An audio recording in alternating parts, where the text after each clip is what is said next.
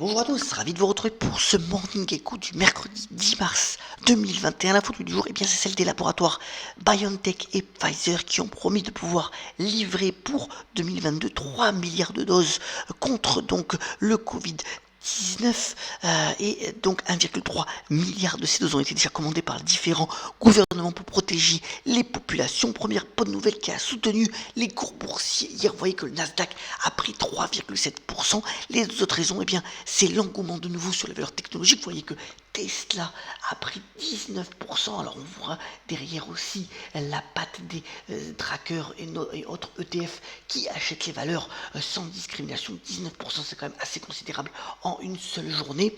Alors que dans le même temps, on a eu une légère baisse des taux d'intérêt à long terme. Le 10 ans américain est passé de 1,60% à 1,52%. Et puis l'OCDE, donc l'organisation économique qui est plus optimiste sur la croissance, vous voyez qu'elle revoit à la hausse ses prévisions à 5,6% pour 2021, c'est 1,4% de plus par rapport à la dernière prévision donnée. C'est essentiellement dû au plan Biden qui devrait être avalisé, donc voté par le Congrès ce jour, donc je vous rappelle 1900 milliards de dollars et qui donnerait une impulsion significative à l'économie américaine pour drainer toute la croissance mondiale. En même temps, vous voyez que le DAX, l'indice phare des valeurs allemandes, lui aussi est un record historique. Donc optimisme sur l'économie allemande, en particulier pour la deuxième partie de cette année. Mais si en même temps, vous voyez, un de ses constituants continental a perdu tout de même 8%, faisant état d'une pénurie dans les semi-conducteurs qui pourrait lui entacher sa rentabilité de l'ordre de 200 millions d'euros.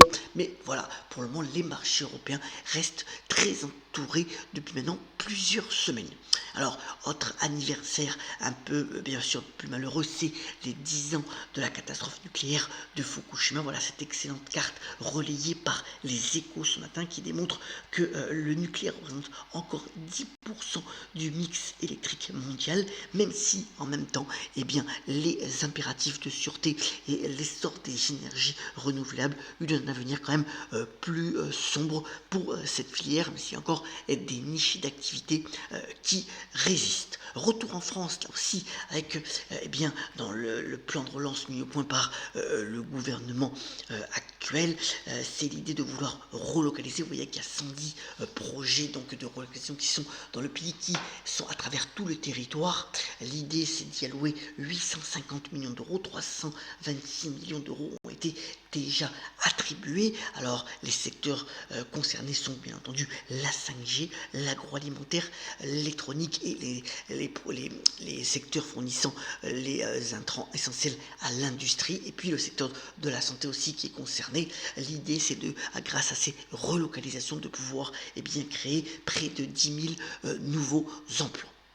Alors, actualité des entreprises aussi là, intéressante, on aura les résultats d'Inditex, la maison mère de Zara, mais aussi des autres marques tout à l'heure.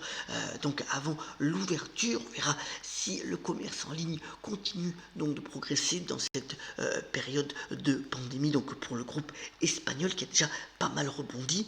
Et puis aussi, on aura les résultats donc d'Adidas, équipementier sportif. Vous voyez, c'est la courbe blanche donc sur le graphique de droite qui a quand même sous-performé si on le compare donc aux autres équipementiers que sont Puma et Nike. Alors, Adidas a annoncé il y a quelques semaines donc la vente officielle de Reebok, mais c'est surtout le plan stratégique d'ici à 2025 qui sera scruté de près par les analystes pour voir si la valeur allemande peut retrouver l'impulsion qu'elle a connue notamment en 2019, 2018 et 2019, affaire à suivre tout à l'heure. On aura aussi un résultat assez intéressant, vous voyez, d'une valeur technologique Oracle en l'occurrence, qui n'avait pas fait grand chose pendant des mois et puis qui s'est quand même bien reprise ces dernières semaines, optimise là sur l'activité cloud aussi, le fait que Oracle puisse reprendre les activités américaines du réseau social TikTok. Là aussi, un point sur l'activité sera intéressant à donner.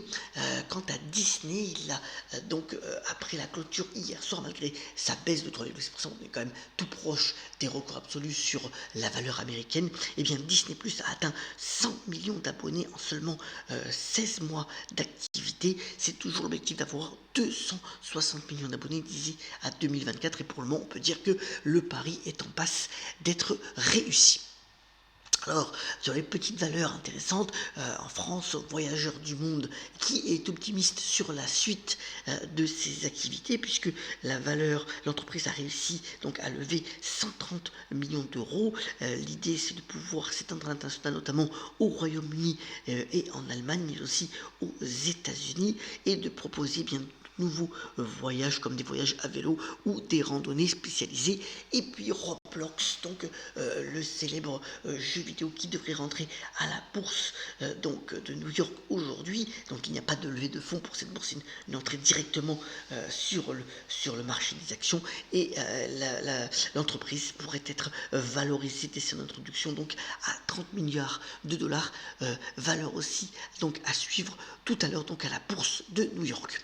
Alors, le réseau qui monte, c'est Discord. Alors, c'est un réseau sans publicité, il a été créé depuis 2015, il connaît un engouement assez exceptionnel. Les recettes donc de la compagnie ont été multipliées par 3 l'an dernier, et vous voyez que la popularité est en hausse, notamment auprès des jeunes qui discutent donc tout en jouant sur leurs jeux vidéo, ou alors des groupes de lycéens qui font leurs devoirs ensemble. Voilà, la grande différence, c'est bien entendu qu'il n'y ait pas de pub et pas d'utilisation donc des publicités ciblées, ce qui plaît donc assez à une partie de la jeunesse, et donc le réseau Discord qui monte en puissance.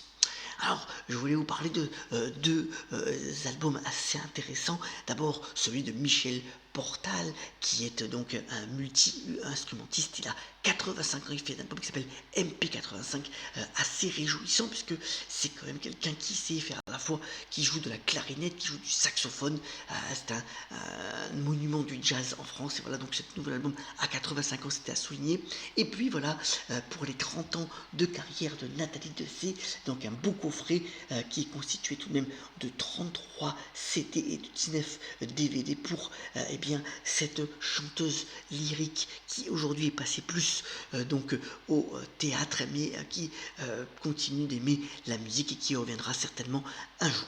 Terminons ce Morning Echo par la citation du jour. Alors, bon anniversaire à Sharon Stone qui fête même ses 63 ans, tout en étant toujours aussi pétillante, et qui a notamment déclaré: le vrai bonheur vient de l'intérieur, personne ne peut vous le donner. Je vous souhaite une très bonne journée, ayez la paix, ayez la pêche, ayons la pêche, soyons solidaires, et on se retrouve très prochainement pour un nouveau Morning Echo. Excellente journée à toutes et à tous.